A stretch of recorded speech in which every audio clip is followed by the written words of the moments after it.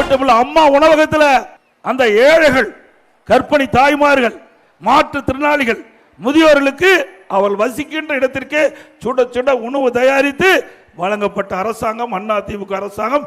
நாள் ஒன்றுக்கு 7 லட்சம் பேருக்கு உணவு கொடுத்தோம். இந்தியாவிலே ஒரு நாளைக்கு 7 லட்சம் ஏழைகளுக்கு உணவளித்த ஒரே அரசாங்கம் அதிமுக அரசாங்கம்.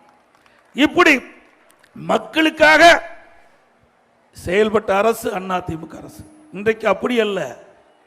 திமுக குடும்பத்துக்காக இருக்கின்ற அரசாங்கம் விடியா திமுக அரசாங்கம். நாட்டு மக்களுக்காக அல்ல. அனைத்து இந்திய அண்ணா திராவிட முன்னேற்ற கழகம் நாட்டு மக்களுக்காக இயங்கி வந்த அரசாங்கம், செயல்பட்ட அரசாங்கம். திராவிட முன்னேற்ற கழக அரசு வீட்டு மக்களுக்காக இன்றைய தினம் இந்த அரசு நடந்து கொண்டிருக்கிறது. சிந்தித்து பாருங்கள். இன்றைக்கு அண்ணா திமுக ஆட்சியிலே எப்படி திட்டங்கள் கொண்டு வந்தோம், திமுக ஆட்சியிலே என்ன திட்டங்கள் கொண்டு வந்தா என்பதை இணைத்து பார்த்தாவே உங்களுக்கு புரியும். அனைத்து இந்திய அண்ணா திராவிட முன்னேற்ற கழக ஆட்சி என்று இன்றைக்கு மக்களால் போற்றப்படுகின்ற ஆட்சியாக இருந்தது.